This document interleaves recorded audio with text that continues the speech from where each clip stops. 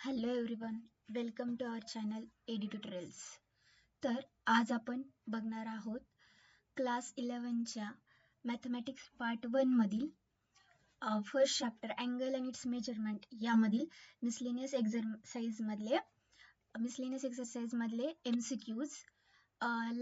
Previous व्हिडिओमध्ये आपण first 5 examples discuss केले होते. आता रिमेनिंग राहिलेले 5 एक्झाम्पल्स आपण या व्हिडिओजमध्ये बघणार आहोत. तर याआधी फर्स्ट व्हिडिओ जर कोणी पाहिला नसेल तर आधी तो बघून घ्या, त्याची लिंक डिस्क्रिप्शनमध्ये पण मिळून जाईल. आज आपण आजच्या व्हिडिओजमध्ये राहिलेले 5 MCQs डिस्कस करणार आहोत.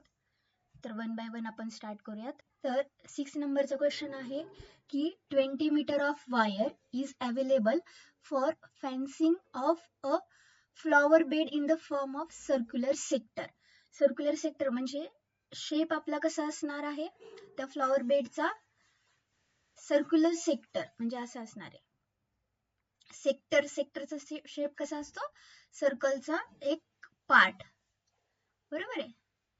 हा एक सर्कलचा एक आपण सेक्टरचा पार्ट घेतला आणि ह्या पूर्ण ह्याच्यासाठी जी लेंथ लागणार आहे ती किती आपल्याला अवेलेबल आहे, 20 मीटर, बरोबर आहे ना. म्हणजे हे आपले सर्क्युलर असं काहीतरी सर्कल असणार आहे, बरोबर आहे. ह्या सर्कलचा हा सेक्टर आहे, ह्या सर्कलची रेडियस आहे R, हे R आहे तर हे पण R असणार, हा सेंटर काहीतरी C आणि हे आपलं असणार आहे आर्क ऑफ लेंथ, बरोबर आहे. हे ह्या सगळ्यांसाठी अवेलेबल आपल्याला किती दिली वायर, 20 मीटर. म्हणजे मी ह्याला जर आर्क ऑफ लेंथला S मानलं तर मी असं लिहू शकते का की R plus R plus S is equal to 20 दिलंय का, कारण 20 अवेलेबल आहे आपल्याकडे. म्हणजेच 2R plus S is equal to 20. पण एसच आपल्याला माहिती असतं काय, आर थिटा रेडियन, आणि थिटा कुठला असणार, हा सेक्टरनी जो काही इन्क्लूड केलेला आहे हा वाला थिटा रेडियन असणार. म्हणजे 2R plus R theta radian is equal to 20 असणार आहे, बरोबर आहे. पुढे बघूयात. In the form of circular sector of radius 5. पण ही रेडियस आपल्याला 5 गिवन आहे, म्हणजे ही रेडियसची व्हॅल्यू मी 5 पुट करते, बरोबर आहे. म्हणजे हे किती होईल, 2 × 5 plus 5 × theta radian is equal to 20. 10 plus 5 theta radian is equal to 20, बरोबर आहे. तर 5 theta radian is equal to 10 होईल. theta radian is equal to किती होईल, 2 रेडियन होईल, बरोबर आहे. थिटा आपल्याला हा जो मिळाला हा किती मिळाला, थिटा किती मिळाला, 2 रेडियन.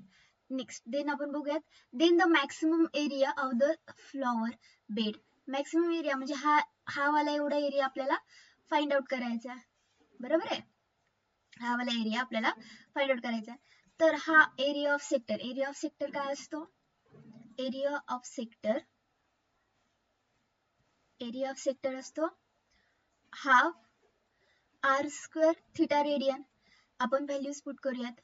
हाफ आर किती आहे, 5, तर 5चा स्क्वेअर इंटू थिटा रेडियन किती आहे, 2, हा 2 ला 2 कॅन्सल, 5चा स्क्वेअर म्हणजे 25.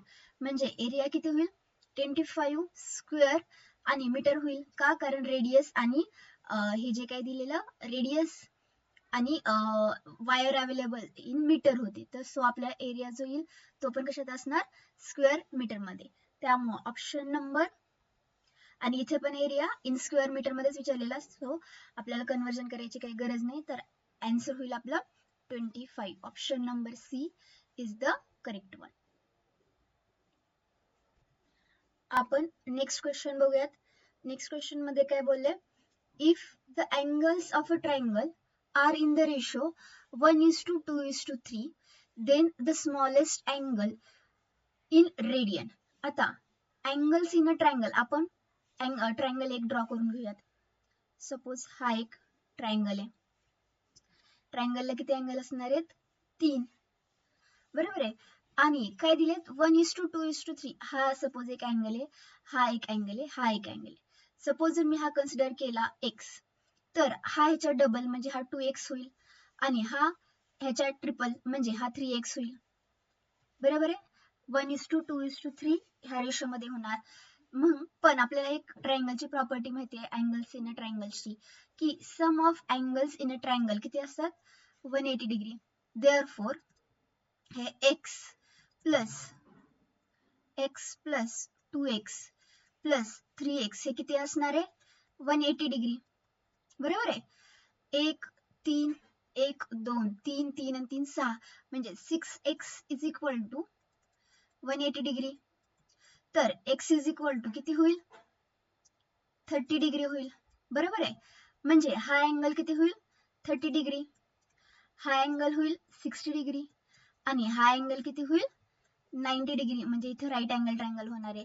बरोबर आहे. हा जो काही ट्रायंगल आहे हा राईट अँगल ट्रायंगल होणार आहे. आणि आपल्याला काय विचारलं स्मॉलेस्ट अँगल. ह्या तिन्ही अँगल मध्ये स्मॉलेस्ट अँगल कोणता आहे 30 डिग्री हा वाला. हा डिग्री मध्ये पण आपल्याला विचारलं कशात रेडियन मध्ये. म्हणजे आपण रिलेशन यूज करणार डिग्री टू रेडियन मध्ये करताना आपण काय करतो पाय बाय 180 नी मल्टिप्लाय करूयात. तर हे किती होईल पाय बाय 6 म्हणजे स्मॉलेस्ट अँगल इन रेडियन किती येईल pi by 6. Option number B is correct one. Option number B is correct one. Smallest angle is 30 degree which is pi by 6 radian. Next question. A semicircle is divided into two sectors whose angles are in the ratio 4:5. Then find the ratio of their areas. Semicircle आहे. एक आपण semicircle draw करूयात. हा semicircle आहे.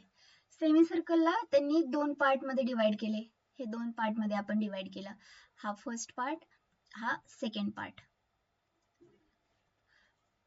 whose angles are in the ratio 4:5. ह्याचा ratio काहीतरी 4x आहे angle आणि हा अँगल काहीतरी 5x आहे. बरोबर आहे. Then the ratio. आता हे जे सेक्टर आहेत हे एकाच सर्कलचे आहेत. म्हणजे ह्या सेक्टरचे रेडियस R1 आणि ह्या सेक्टरची रेडियस R2. पण हे R2 आणि R1 दोन्ही पण काय असणार सेमच असणार. आता आपल्याला विचारलंय काय ratio of their areas. Sector A1 चा रेशो सेक्टर फर्स्टचा जर एरिया बघितला तर तो काय होईल हाफ R² थिटा रेडियन. पण R1 असणार आणि θ1 असणार जो की हा θ1 आहे. बरोबर आहे. आणि हा काय θ2. आणि सेकंड सेक्टरचा जर एरिया बघितला जो की काय असणार आहे हाफ R2 चा स्क्वेअर θ2 रेडियन असणार आहे. आणि त्यांचा रेशो विचारलाय म्हणजे A1 डिवायडेड बाय A2 असणार आहे.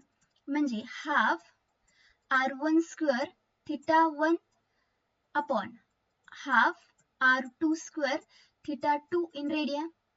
हे हाफला हा हाफ कॅन्सल. R1 आणि R2 दोन्ही सेमच आहेत. का कारण एकाच सर्कलचे सेमी सर्कलला डिवाइड केलं तर R1 is equal to R2 असणार. म्हणजे R1 ला हे R2 कॅन्सल झालं.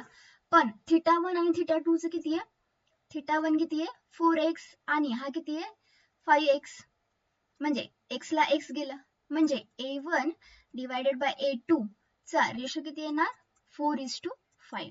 म्हणजे आपण डायरेक्टली काय म्हणू शकतो की एरिया हा डायरेक्टली प्रोपोर्शनल टू थिटा असल्यामुळे जो रेशो आपला अँगल्सचा आहे तोच रेशो एरियाचा पण असणार. त्यामुळे आपला ऑप्शन काय होणार 4:5. हे जर इनव्हर्सली प्रोपोर्शनल आले असते तर ते काय झाले असते 5:4. पण आपले इनव्हर्सली प्रोपोर्शनल आहे का नाहीये. आपले रेशो एरिया जो आहे सेक्टरचा तो आपला डायरेक्टली प्रोपोर्शनल टू थिटा असल्यामुळे जो रेशो थिटाचा आहे जो रेशो अँगलचा आहे तोच रेशो आपला सेम राहणार as it is. Next question. Find the measure of the angle between hour hand and the minute hand of a clock at 20 minute past 2. आता इथं पण आपल्याला क्लॉक हेल्प लागणार आहे. आपण एक क्लॉक काढून ड्रॉ करून घेऊयात.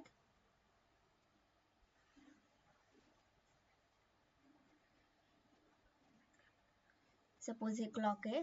इथे 12 3 6 9 1 2 4 5 7 8 10 आणि 11 वाजलेत किती 20:02 20 इथं 10 20 म्हणजे इथं असणार आहे 20 मिनिट आणि past 2 म्हणजे 1 2 आवर हँड जो आहे हा 2 च्या पुढे गेलेला असणार थोडासा बरोबर आहे. हा वाला अँगल आपल्याला माहिती आहे. आपल्याला माहिती आहे ह्या दोन डिजिट मधला हा अँगल किती असतो 30 आणि तसाच ह्याच्यातला पण हा 30 असणार आहे. म्हणजे 60च्या आतमध्ये आपला अँगल पाहिजे आणि 30 पेक्षा मोठा. 60च्या आतमध्ये म्हणजे 60 तर आपला आन्सर नाहीये. म्हणजे आपला ऑप्शन नंबर बी तर आपला आन्सर नाहीये. आणि 60 पेक्षा कमी पाहिजे म्हणजे ऑप्शन नंबर डी पण आपला आन्सर नाहीये. म्हणजे आपला ए किंवा सी मधला एक काहीतरी आन्सर आहे. आता त्यामधलं विच वन इज करेक्ट ते आपण बघूयात. हे जे काही आपण आता करतोय ह्याला ऑप्शन एलिमिनेशन मेथड असं म्हणतात. याने पण आपले बरेचसे क्वेश्चन आपण सीईटीला क्विकली सॉल्व्ह करू शकतो. बरोबर आहे. अशा जर नवीन नवीन ट्रिक्स वगैरे काही समजून घ्यायचे असेल तर चॅनलला लाईक फॉलो आणि शेअर करा. आता आपण बघितलं की हा जो आवर हँड आहे हा आवर हँड किती 12 आवर्स मध्ये 360 डिग्री रोटेशन कंप्लीट करतो. बरोबर आहे. म्हणजे 12 into 60 मिनिट्स मध्ये 360 डिग्री कंप्लीट करतो. आता हा 2 वर होता त्यावेळेस हा इथं होतं म्हणजे मिनिट हँड 12 वरती होतं. आता त्यांनी किती मिनिट कव्हर केले आवर हँडनी मिनिट हँडनी 20 मिनिट्स म्हणजे त्याच्यामध्ये आवर हँडने काहीतरी अँगल मूव्ह केले असणार. तो किती केला हे मिनिट हँडने 20 म्हणजे ह्यांनी पण 20 मिनिट. मग आता बघूया 20 मिनिट्स मध्ये किती केले. आता 20 minutes is equal to x degree.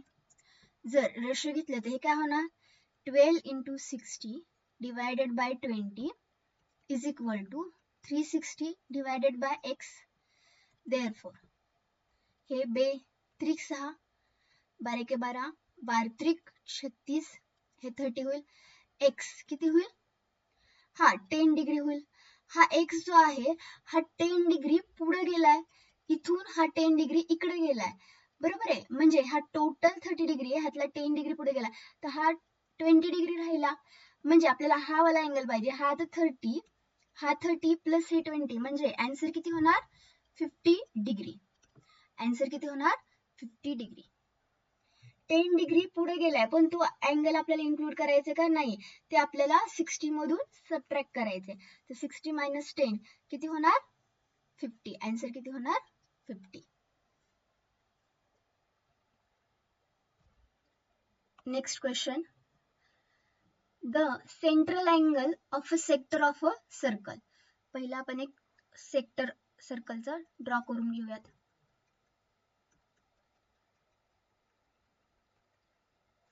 हा एक सर्कल आहे. ह्याचं हा काहीतरी सेक्टर आहे. बरोबर आहे. त्याचा काय दिलंय central angle of a sector of a circle of area 9 pi square centimetre. 9 पाय हे काय दिलाय एरिया दिलाय. ह्या सर्कलचा एरिया दिलाय किती 9 pi square centimetre. Is 60 degree आणि हा सेंट्रल अँगल हा दिलाय 60 डिग्री. बरोबर आहे. Then the perimeter of the sector is.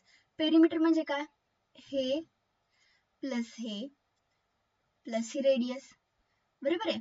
मग आपल्याला पहिल्यांदा पेरिमीटर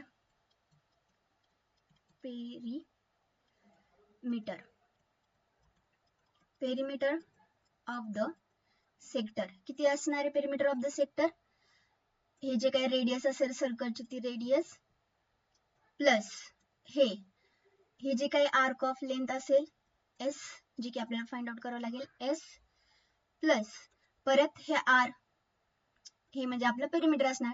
त्यासाठी आपल्याला काय कशाची गरज आहे आपल्याला रेडियस आणि ह्या arc of length find out करावं लागेल. पण आपल्याला एरिया गिव्हन आहे. एरिया म्हणजेच काय असणार आहे pi R square is equal to 9 pi दिले. पायला पाय कॅन्सल तर आर ची व्हॅल्यू आर स्क्वेअर 9 आहे म्हणजे आर ची व्हॅल्यू किती येणार 3 सेंटीमीटर. का कारण एरिया कशात दिला होता सेंटीमीटर मध्ये दिला होता. बरोबर आहे. रेडियस तर मिळाली किती रेडियस 3. इथं पण रेडियस 3 होणार. आता आपल्याला लेंथ ऑफ आर्क पण काढायची आहे. आपल्याला माहिती लेंथ ऑफ आर्क एस किती असते आर थिटा रेडियन. आर किती आहे 3 आहे थिटा, थिटा रेडियन, थिटा 60 आहे पण तो डिग्री मध्ये, आपल्या रेडियन मध्ये करण्यासाठी पाय बाय 180 नी मल्टिप्लाय करावं लागेल. हे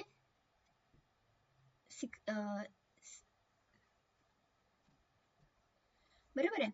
हे 3 एके 3 म्हणजे हे किती होणार पाय, म्हणजे आपलं आर्क ऑफ लेंथ किती आली, आर्क ऑफ लेंथ आली आपली पाय पाय सेंटीमीटर. का, कारण की रेडियस सेंटीमीटर मध्ये होती. आता आपण व्हॅल्यूज पुट करूया तर आपले पेरिमीटर येऊन जाईल. रेडियस, रेडियस किती होती 3 प्लस आर्क ऑफ लेंथ किती आहे, आर्क ऑफ लेंथ आहे पाय प्लस हे 3, 3 प्लस 3 किती होईल 6 प्लस पाय, हे काय होईल सेंटीमीटर. हे काय होईल आपले perimeter, perimeter of the sector. म्हणजे option number C is the correct one. Hope that you will understand the all questions. Stay tuned for the next videos. Thank you for watching.